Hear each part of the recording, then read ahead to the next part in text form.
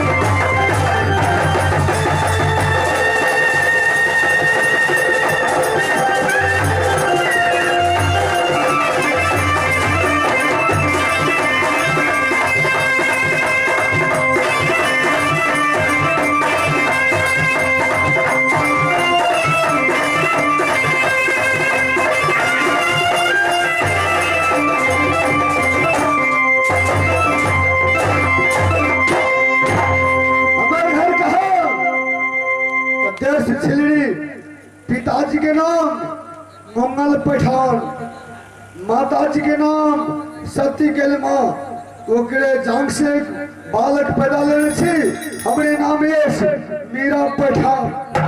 लेकिन हम सब दिन माताजी के खुशी आवे छी, हे माता ई दुनिया पृथ्वी संसार में एक हम मुसलमान मीरा छी, हमार जोड़ीदार कोई मिलत या नहीं मिलत, लेकिन माता बताने वाल से बेटा तो अपन जोड़ीदार अपने कुछ लग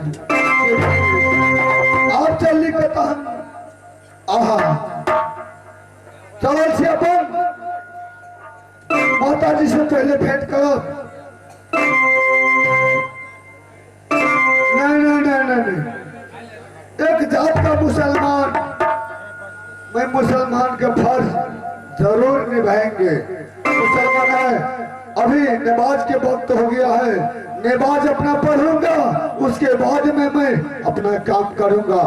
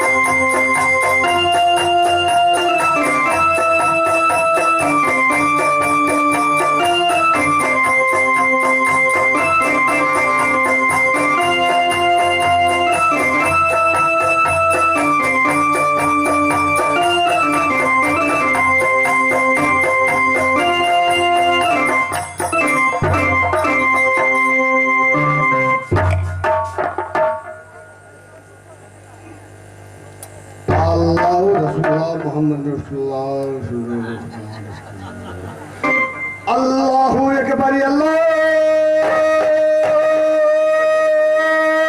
अकबर, मोहम्मद रसूलुल्लाह अकबर, अल्लाहू अकबर, अल्लाह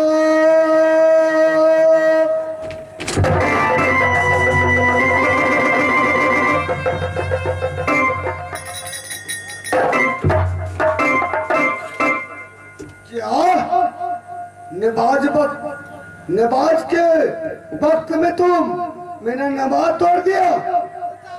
मेरी अम्मी ने याद किया, क्योंकि 700 घर देश झिल्ली में मुसलमानों का है। एक ही घर, एक बेनीराम जाधव 700 मुसलमान को गाय चराता है, लेकिन बेनीराम यादव 700 मुसलमानों को गाय चराना छोड़ दिया। मेरी मम्मी ने याद किया, नमाज वक्त में मेरे नमाज टूट गया। या अल्लाह या है अब भाग लेते हैं, या